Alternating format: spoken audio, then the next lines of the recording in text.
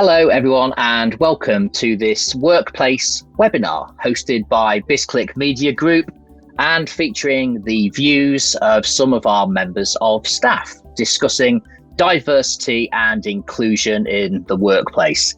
Now, today we hope to talk about what we believe diversity and inclusion is, why it's important, and what BizClik can do better as a business when it comes to diversity and inclusion. Now, today, if you're watching this on May the 21st, this is actually the World Day for Cultural Diversity for Dialogue and Development, and that's actually recognised by the United Nations, and it's a sanctioned international holiday for the promotion of diversity issues. So, what better day to hold this webinar than May the 21st. Now, it's officially known as the World Day for Cultural Diversity for Dialogue and Development, and it's an opportunity to help communities understand the value of cultural diversity and how to live together in harmony. And you only have to look around the world at the moment to realise there's a few places where we could all do with a bit more harmony. So my name is Birch. I'm the Editorial Director at BizClik Media Group, and joining me today are Stacy Norman, the Chief Operating Officer at BizClik. We have Ramish Aziz, the UX and UI Designer here at BizClik, and Emily Cook, who's Digital Marketing Executive, obviously for BizClik. So how are we all doing, everyone? All good? Yeah, great, thank you. Yeah, good. All good, thank you very much. Okay, great. Thanks for joining us today. And I realise that obviously we're all in different places at the moment, as you can see, because we're still very much COVID compliant. So from the audience members, just bear with us if we do bump into each other a little bit when we're talking, but we'll do our best not to talk over each other. So before we get started, actually, I think it's important to explain a little bit about BizClik for anybody who doesn't know a lot about us. And also, I feel it's really important to this conversation because the context is really important. BizClik was formed back in 2007, and we are a digital media company publishing B2B industry titles as digital magazines and as websites. And we work with some of the world's biggest companies across industries as diverse as healthcare, mining, technology, supply chain, and fintech, to name just a few. Now, our head office is actually based in Norwich, which is, if you don't know, a small city in the east of England, but we are expanding rapidly, actually. And we have satellite offices and staff based as far afield as London and North America, and also in Asia as well. Now, I think it's fair to say that the company has really changed its own outlook during the COVID-19 pandemic, with existing members of staff able to work more from home. Obviously, some of that has been enforced, but it's also a policy that BizClik is continuing as we start to emerge from the lockdowns. And in turn, that has really opened the possibilities for us to hire more remote workers to the company, but also means that we've got real opportunity to really deepen our talent pool, but also make sure that we're making the business as diverse as possible, because we're no longer restricted to the relatively small geographical area that we had to draw from previously. We'll come back to that later on as well.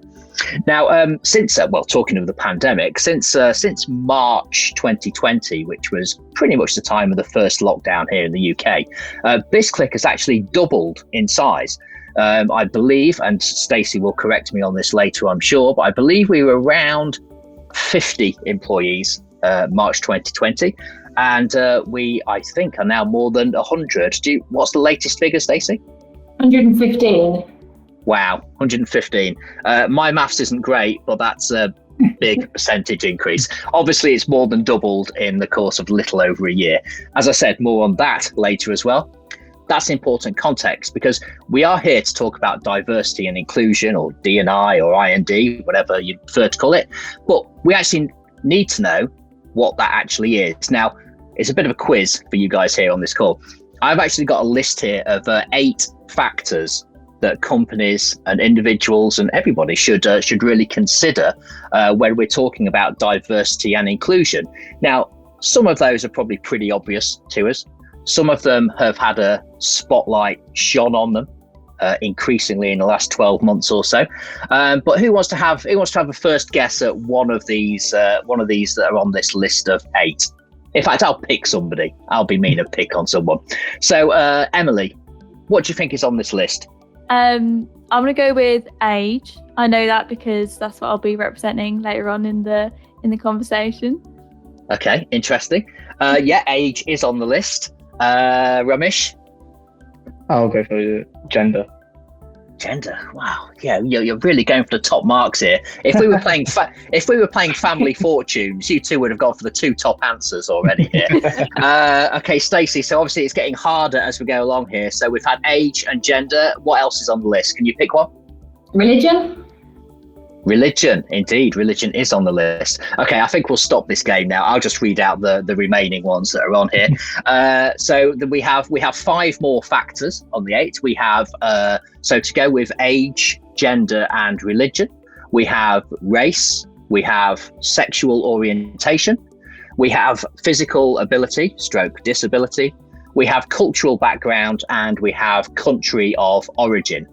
Now, I was actually quite surprised, I'll say this now, that when I saw this list, I didn't expect, me personally, to see country of origin down as a factor of diversity. Maybe that's because me personally, I have lived internationally and worked internationally.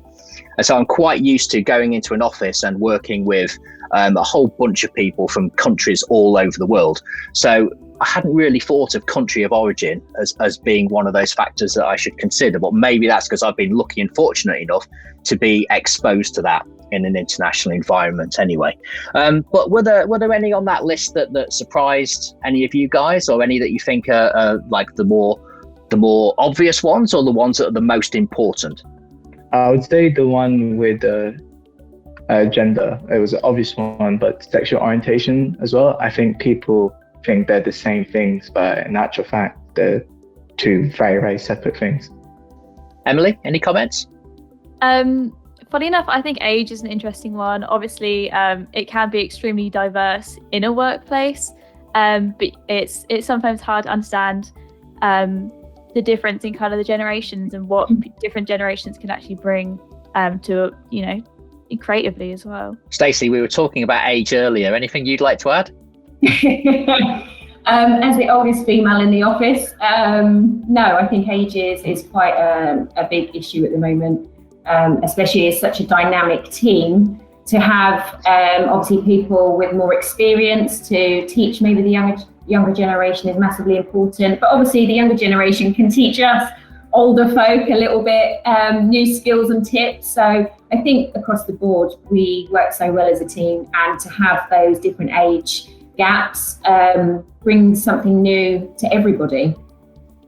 Yeah, look, I think you're absolutely right there, and it is interesting. I mean, how old are you, Emily? You don't mind me asking? I literally just turned 22. 22. Okay, well, that doesn't make you one of the youngest members of BizClik. I'm pretty sure we have some 18-year-olds, don't we, Stacy? 17 is our youngest. Wow. 17. Yeah. Okay. Well, I will just add that I'm actually towards the other end of the spectrum, shall we say, when it comes to age at BizClik. I know of at least one member of staff that is definitely older than me.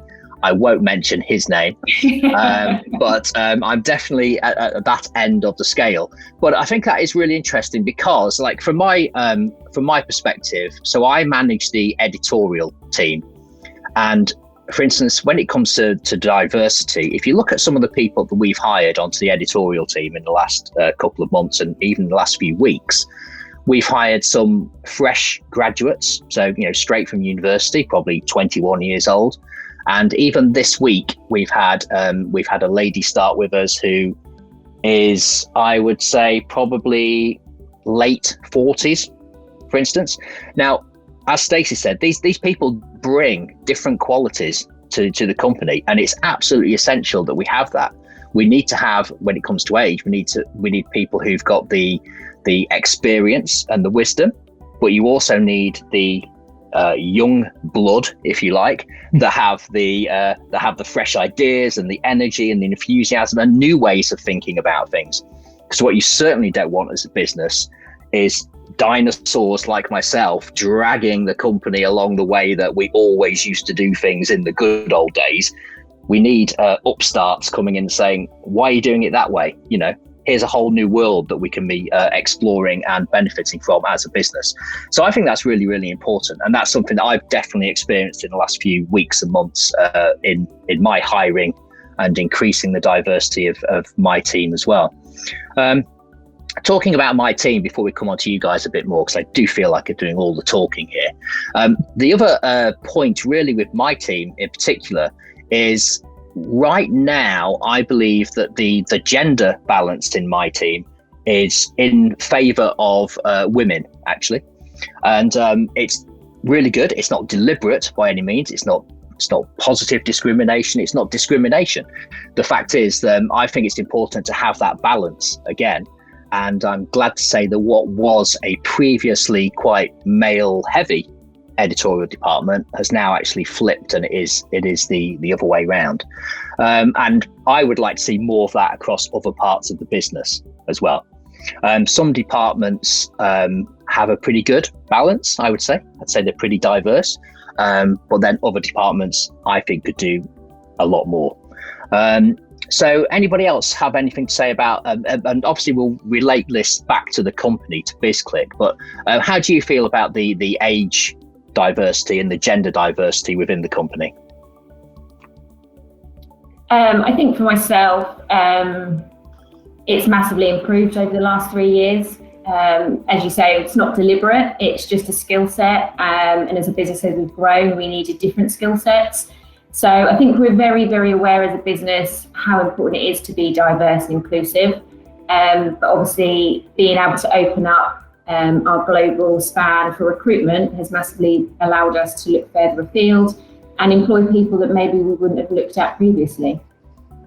Yeah, I think as well, something to note is kind of hiring graduates straight out of university is a really great opportunity for those graduates and for the business itself, because they have a lot of experience, and obviously they specialize in, for example, I specialize in communication and marketing. For this to be a first job is obviously insane. I'm very lucky that it happened, to be working as an intern for over a year.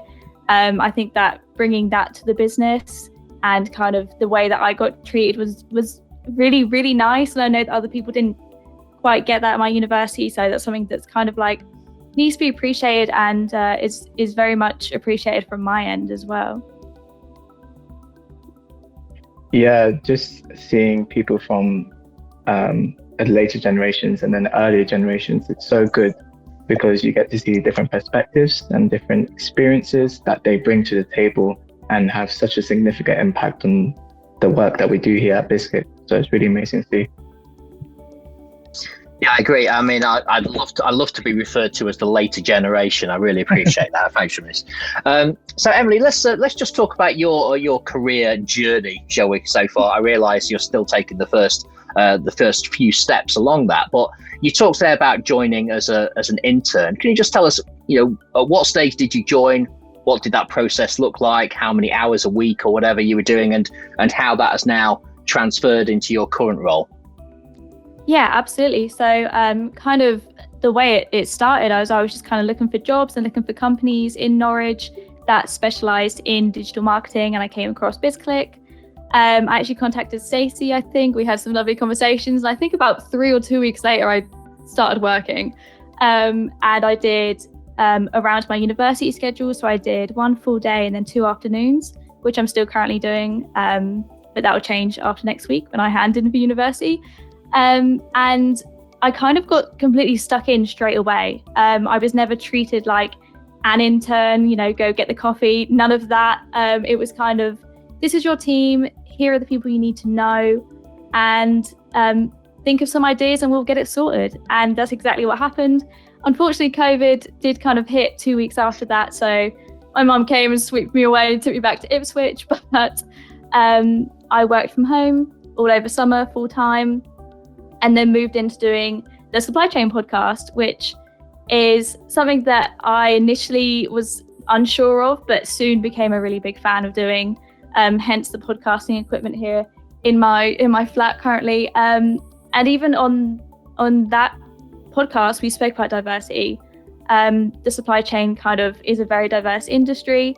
And I spoke to a lovely woman called Sherry Heinisch, who's actually on the front cover of our supply chain magazine this month. So shameless plug, but she spoke to me about diversity, and she's very much a leader and pushes that.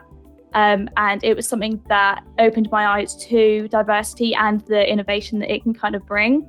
And that's kind of what pushed me on to be really encouraged to do this roundtable.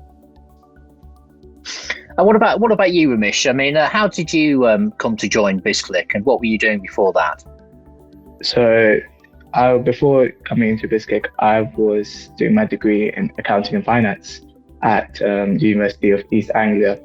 And so by the time when the pandemic hit and we all had to be in lockdown, I really reevaluated my life and thought, okay, what is it actually that I'm interested in? Because I knew it wasn't accounting, that's for sure. I only chose that as a degree because I was young and I didn't know what I wanted to do. So then when we were in lockdown, I discovered UX UI design. And then ever since then, I've just been learning all about it. And then BizClik came around by a friend of mine referred me, and they were kind enough to give me the opportunity to come on the team and help out with their projects. So yeah. Okay, I'll come back to you on some points you made there in a second. But Stacy, I mean, your background is not the sort of traditional publishing company background either, is it? I mean, my career, it's been relatively long, shall we say, but it's always been within media of sorts, starting in publishing back in 1994, I think it was. But your route to the top, pretty much, of BizClik has been very, very different. So tell us about your career so far. I started my career in construction. I worked in construction for 17 years. I've always sat in HR. That was kind of my passion, being around people, how I can motivate them, encourage them, teach them. And I just got to a ceiling where I couldn't progress any further. And I hate to say it, as a female in the construction industry. I came across BizClik really only because I moved back to Norfolk after living in London for 12 years. And I thought maybe it's time for a change. If my career is massively important to me and it's something that I would want to progress in, I couldn't do it in the construction industry, so I looked at a different challenge, really. Came across BizClik and really never looked back since. It's an amazing business, rapidly growing, and the people that we work with on a day-to-day basis are some of the best people I've ever had the privilege to work with, so all happy. Okay, that's interesting, actually, because, thinking about it, we're all relatively new to the organisation, right, to the company. I mean, organisation makes it sound like it's massive. It's a company, and you're still very much a sort of Norwich-based company. That's our headquarters, and that's our roots.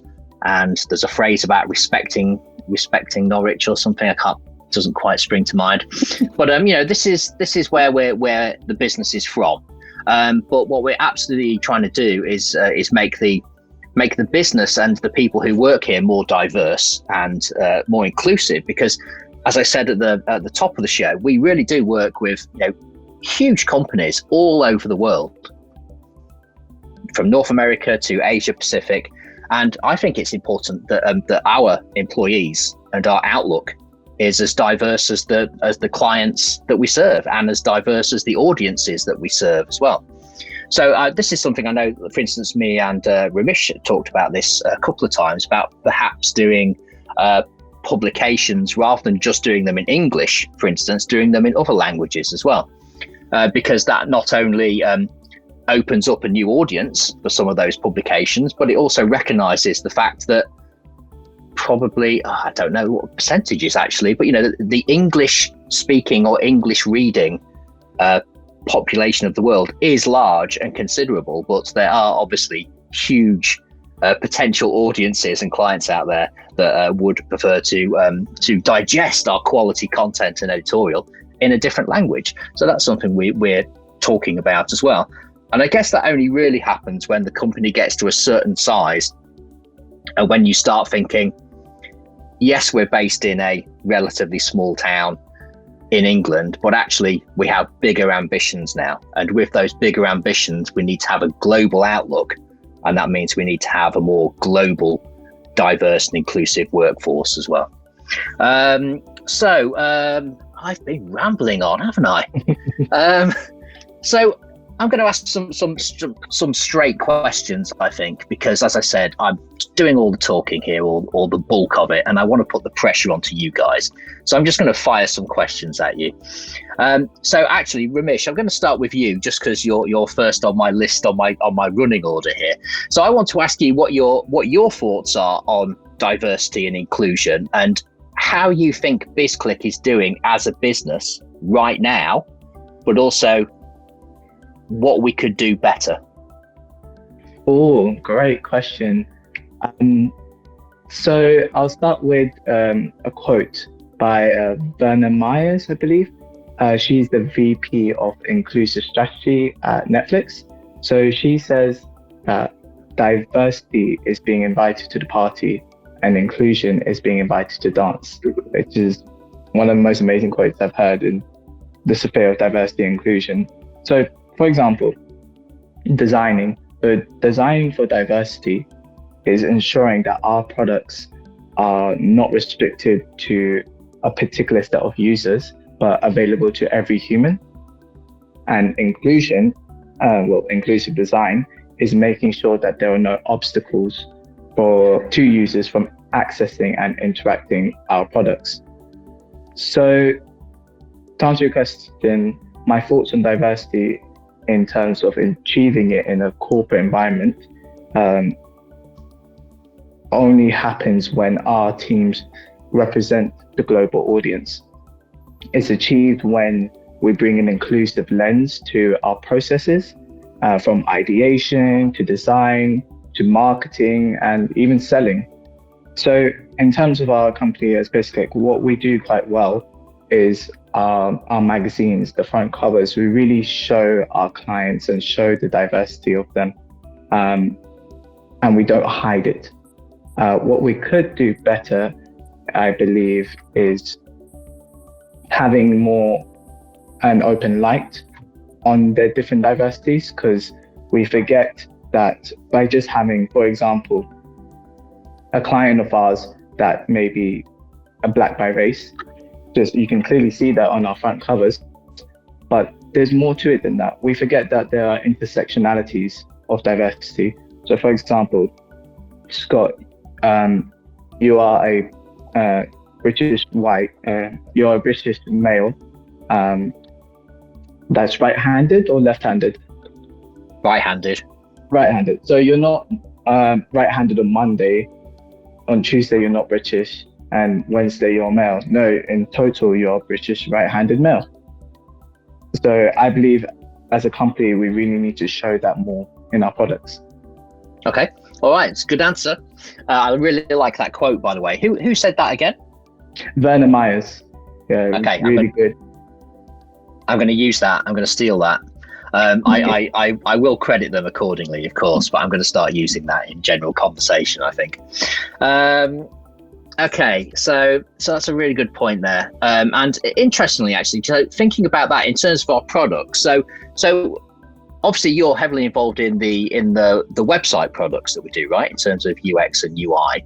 So how would you incorporate inclusivity and diversity into your design thinking, for instance? What would you do differently, or what could you change to make those products more diverse and more inclusive? It's the point that you made actually earlier, Scott, with having one option is to have our products accessible in different languages. Because BizClik has a global audience, we forget to cater for those who are non-English speakers. There is plenty of people around the world that just needs the opportunity to be able to progress in their own career paths. But because they're restricted by their language, they're not able to do so. And so our magazines are very informative. So if they had the ability to understand our products, then it would really help them in their own sense. Yeah, absolutely. I've just thought of something else actually while we were talking just then, and something that isn't actually on this list, but again, I think it's important. I mean, we did mention cultural background as one of the factors we should consider, but also educational background and social background. I think it's really, really important. And thinking about, again, I'm only speaking for my own team here, but we have people who've gone the, shall we say, traditional academic route, who've been to university, studied journalism, then maybe done a master's in journalism as well. And then we also have people who have no formal qualifications in journalism, myself included, actually. I did not study journalism. I studied television and film, actually. I started working in journalism and learnt the skills as I was working.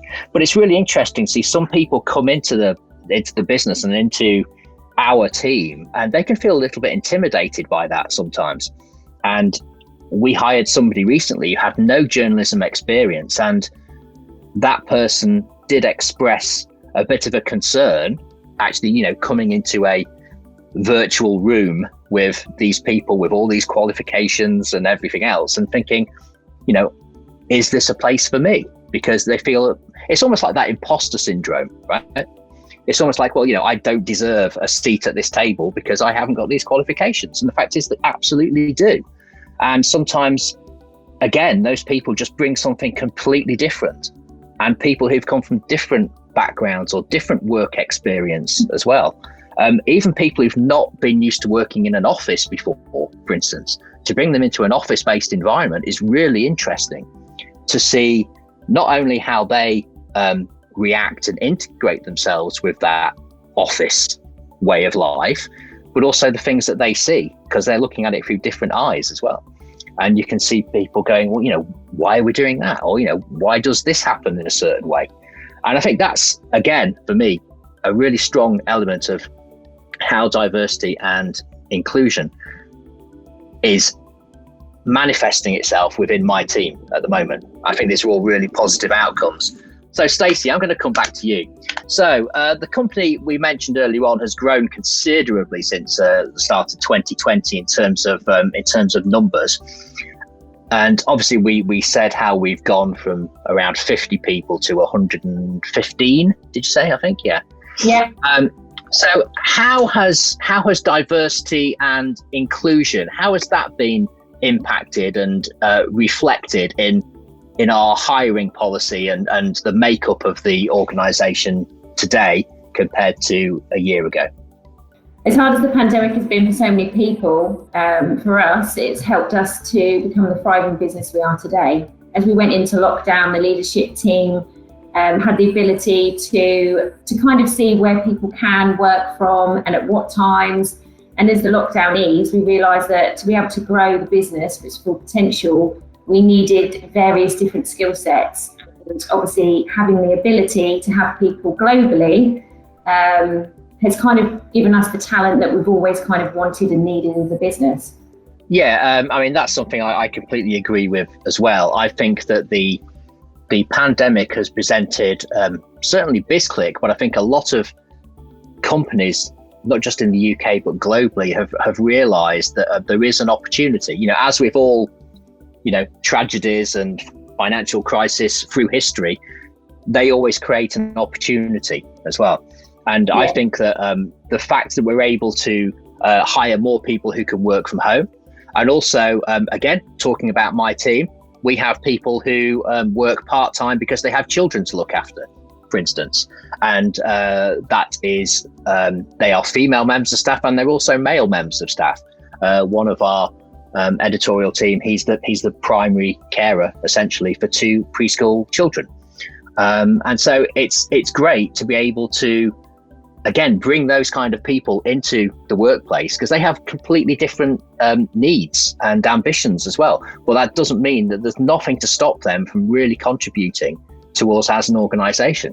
So they bring their experience and their qualities that maybe they wouldn't be able to do if we excuse me, maybe they wouldn't be able to do if we were still a purely you have to be in the office 5 days a week, 8:30 till 5:30, and that office is in Norwich. A lot of the people we currently have working for us just simply wouldn't be able to do that.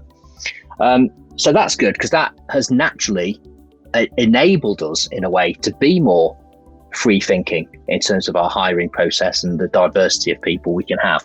So that's been good. So that has been a silver lining, if you like, to the cloud of the pandemic. Now, so Stacy, obviously you're the Chief Operating Officer. So therefore you do sit in our C-suite, if you like. How diverse and inclusive would you say our leadership team is? Because it's all very well making sure we hire all these great people from around the world and we make them diverse and inclusive, but it really does start from the top as well. So how would you say our leadership team is? And then obviously our management team as well. Maybe if you can explain that, because we do have a sort of a leadership team, and then we have a management team sort of operating below them as well. So talk me through that. Well, 3 years ago when I started at BizClik, the leadership team was an all-male team. Fast forward 3 years, and I'm officially the only female sitting at the table. But over the last 18 months, Glenn White, our CEO, has kind of made it his mission to not only recruit the best possible talent, but to make sure the boardroom is a diverse, creative space where everyone around the table is fully included. Our management team, I would say, is extremely diverse, with a different range of ages, people from different geographical areas, backgrounds, cultures. Our management team has an array of forward-thinking, innovative go-getters who sit within that team because of their skill set, because of their management abilities. Most importantly, they're a really proud team who can see the vision for BizClik and its future, and that includes diversity and inclusion along the way. And so bearing that in mind, looking at the people that are on this webinar today, would we say that this is a true representation of BizClik as a business in terms of the diversity and inclusion we have with the 4 people on this call?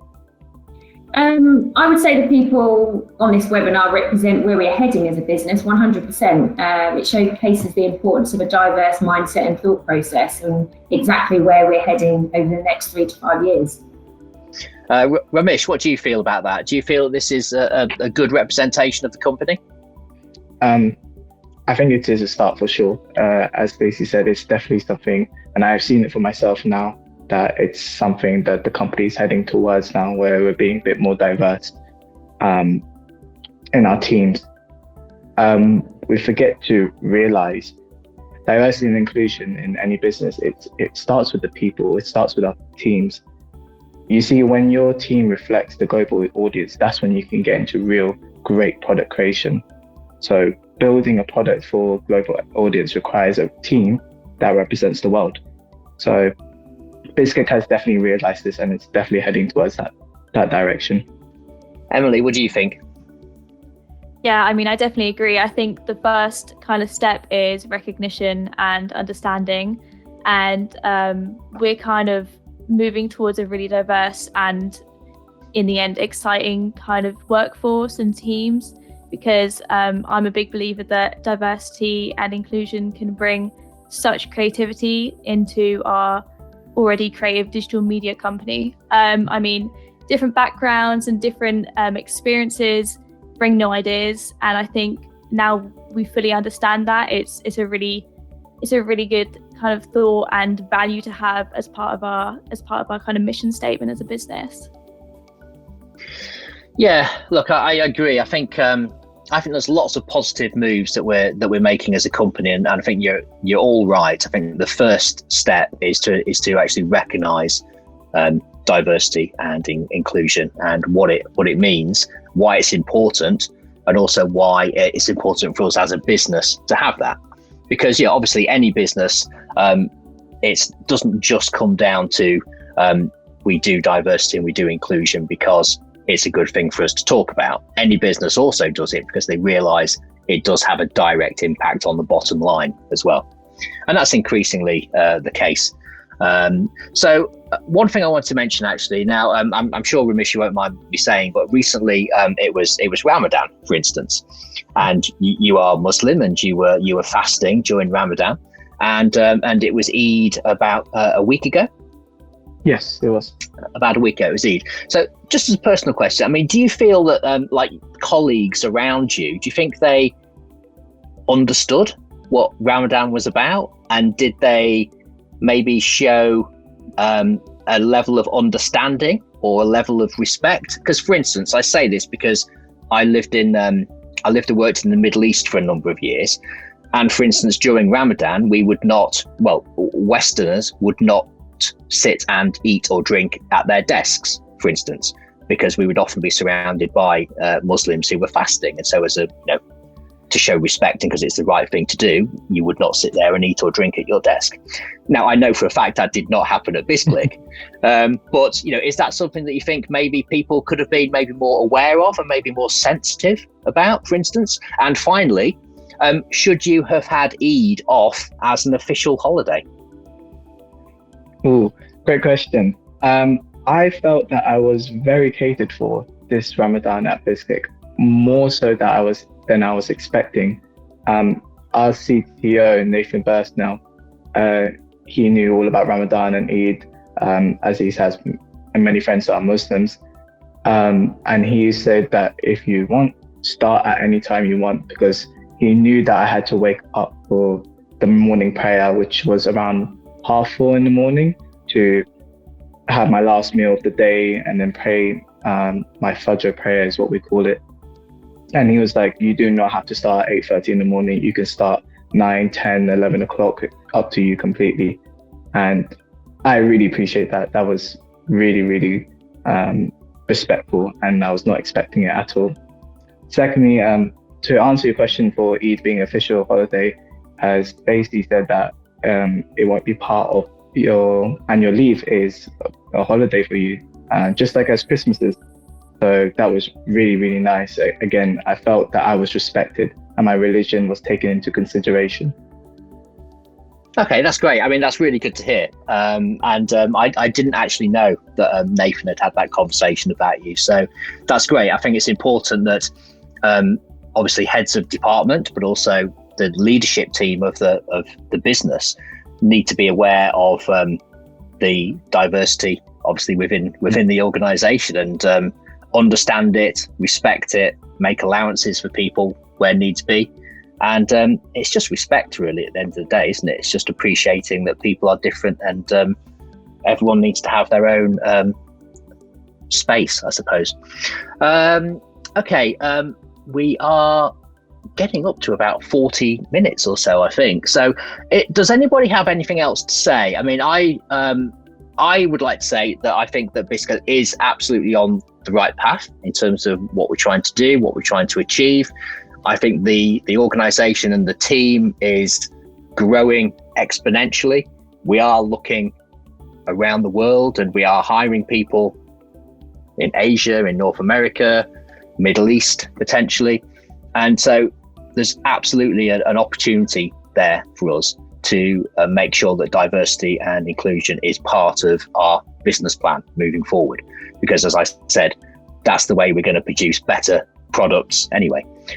So in terms of the success of the business, I think it's absolutely the right thing to do.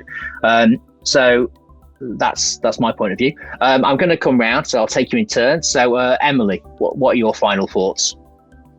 Yeah, I mean, to conclude really, and just to echo what you were saying there, Scott, I think it's really important that as a business, we keep that as part of our core values, diversity and inclusion, and kind of head in this direction that we're going in and represent the true audience, the global audience that we have as a business.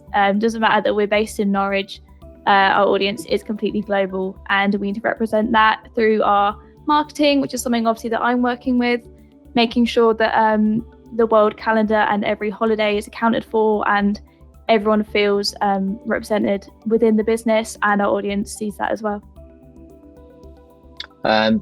Stacy? I think from a leadership point of view, it's massively important we educate the entire team on how important it is for a diverse and inclusive workforce. It is now part of our mission statement, and it's a core value within our business. So it's educating to everybody globally, that we are a diverse and increasingly diverse business. Ramish, final words from you? Yeah, just to say for everyone out there who's watching this today, and any business out there as well, that just to understand exclusion, you see exclusion occurs when we solve problems using our own biases. And so firstly, you have to recognize that where we are being exclusive, which BizClik has now understands that now, they've taken a step back and be like, okay, now we've seen that we're being exclusive here and we're being exclusive there. So now they're heading in the right direction and bringing more diversity into our teams. It's clear that we all recognise that diversity and inclusion is clearly very important for us as individuals. But obviously, there's a reason why it's important for businesses to adopt diversity and inclusion as well. What do you feel about that, Ramish? So, apart from a moral standpoint and ensuring that we cater for everyone, with everyone, being inclusive in our processes is actually very good business. So I'm just going to read few stats for you here. So in 2017, it was recorded that there is a $1 trillion market for global disabled consumers. The US LGBTQ market is worth $917 billion. In 2020, the global women's incomes totaled $18 trillion, and US Black spending power totaled $1.4 trillion. So by building with diversity in mind and centering inclusion in our processes, there's a large opportunity to tap into markets worth billions and trillions of dollars. And one final point I will mention is we did actually put together a diversity and inclusion promise or pledge, Stacy, didn't we? Now, yes, I'm not going to ask anybody to read that out, but that is actually now available, I believe, on our website, or it's something that we can also share on socials as well. So this is something that's come from the top of the business and works all the way through, but we do actually have now a diversity and inclusion promise, and that will obviously be inspiring us to do better and make sure that we include this as part of our business moving forward. So thank you everybody for watching today. No doubt we'll have some kind of fancy way of putting a website up on the screen here. So I hope you've enjoyed this, and feel free to share it with family and friends and anybody interested. And we look forward to speaking to you again soon. Thanks everybody. Bye.